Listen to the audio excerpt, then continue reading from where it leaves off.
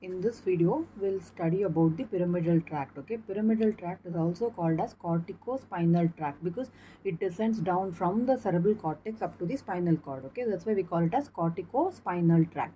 So if you now see where exactly the corticospinal tract starts, okay, if you see these are the cell bodies which are located in the gray matter of the cerebral cortex. Since this is a tract which controls the motor activity, these nerves, okay, they mainly start in the motor area, especially area number 4, the Brodmann's area number 4. So this Brodmann's area number 4 is nothing but it is a primary motor cortical area, otherwise called primary motor cortex. Okay, now in this there are neurons called as BET cells. Okay, BETZ, BET cells. And these BET cells, if you see the number of these cells in the area number 4, it's only about 30,000 cells are present in the primary motor area. But if you track this pathway and see how many axons are there are about 1 million cells. Okay, almost like 10 lakhs, very close to 10 lakhs axons are there. So it means what?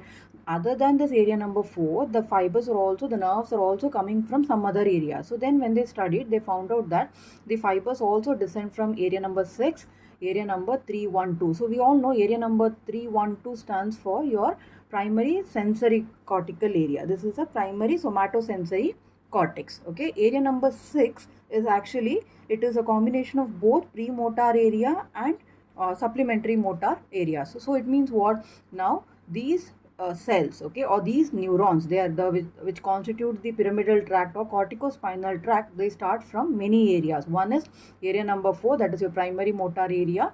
It also starts from supplementary motor area and premotor area, and also primary somatosensory cortex. So from all these areas, now these neurons are starting. You can see here cell body is located in the gray matter. Now axons are spread out, that is why we call it as corona radiata.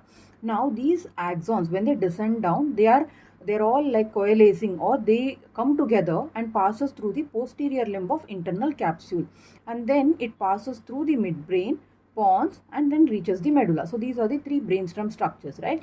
So now this fibers here, if you see, it is spread out, right? That's why it is called as corona radiata.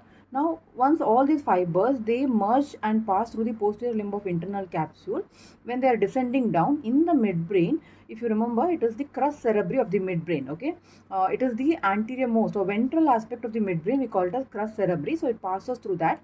And if you can see here, when the fibers are coming down to the pons, what has happened is, here the fibers were compact, but here it starts spreading out. That is because now on either side of pons, if you remember the anatomy, there are cerebellum, right? Two cerebellum on either side.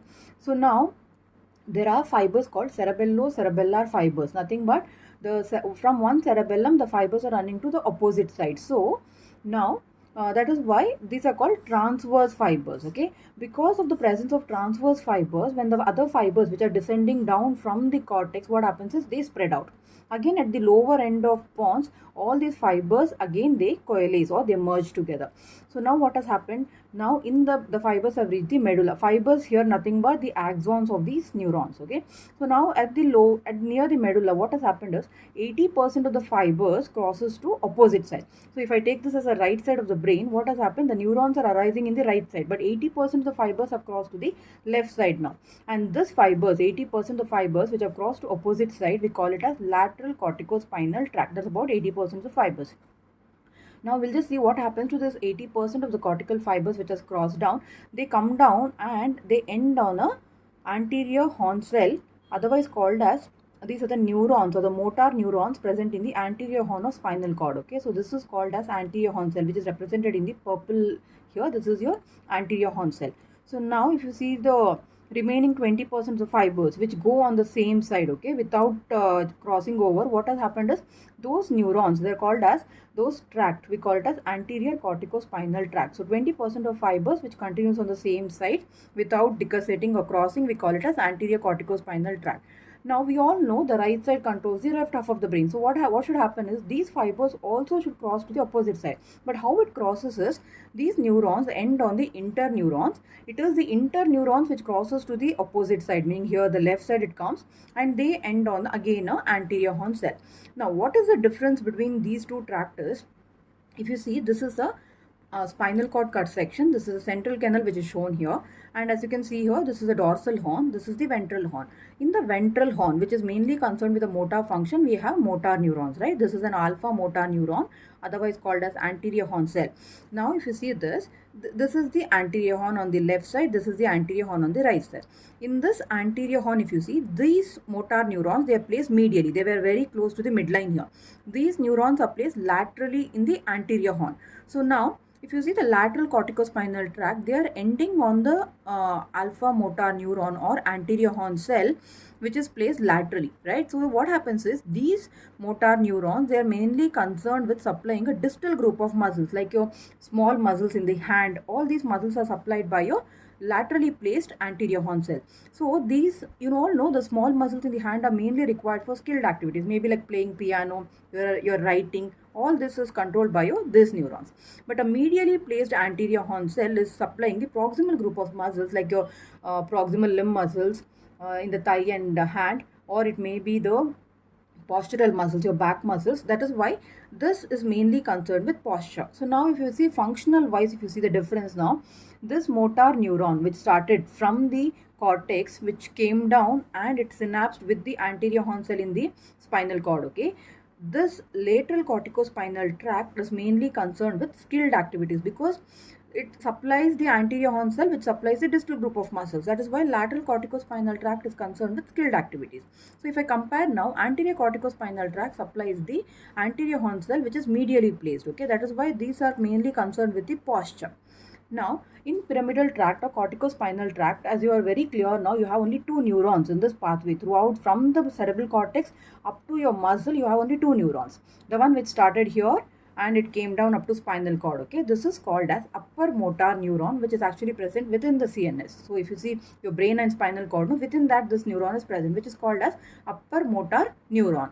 So any lesion here, okay, anywhere along the pathway, if it happens, you call it as upper motor neuron lesion. Any problem in the lower motor neuron or this neuron, anterior horn cell, is otherwise called as lower motor neuron. So any lesion in this, anywhere in this pink neurons, if there's a lesion, we call it as a lower motor neuron lesion. Hope you guys are clear. Now, when I tell it is upper motor neuron lesion, it is the neuron which started from the cortex, which travels up to spinal cord. Lower motor neuron lesion meaning the one which started in the spinal cord, which supplies the muscle. So if there's a lesion, this we call it as lower motor neuron lesion.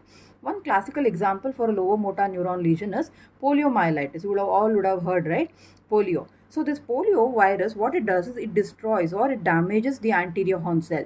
So when these anterior horn cells are damaged, the muscle it's supplying also goes for the nutrition is lost for that muscle. That is why this muscle undergoes atrophy. That's what we see in poliomyelitis.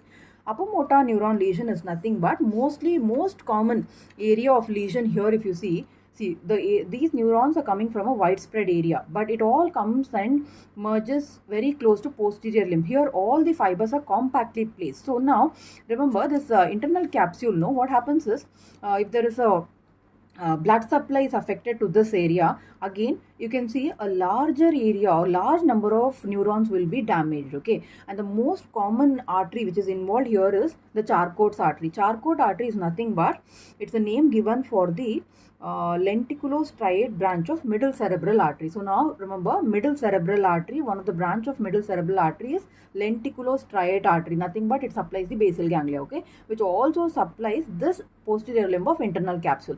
Now what they tell is the most common artery to rupture in the brain is this Charcot's artery.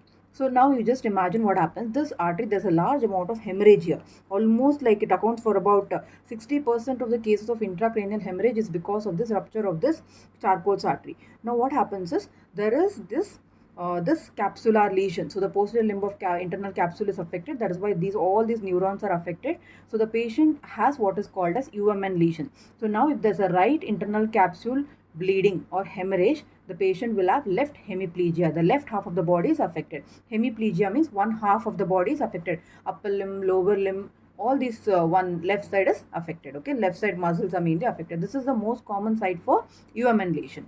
LMN lesion meaning the lower motor neuron is affected.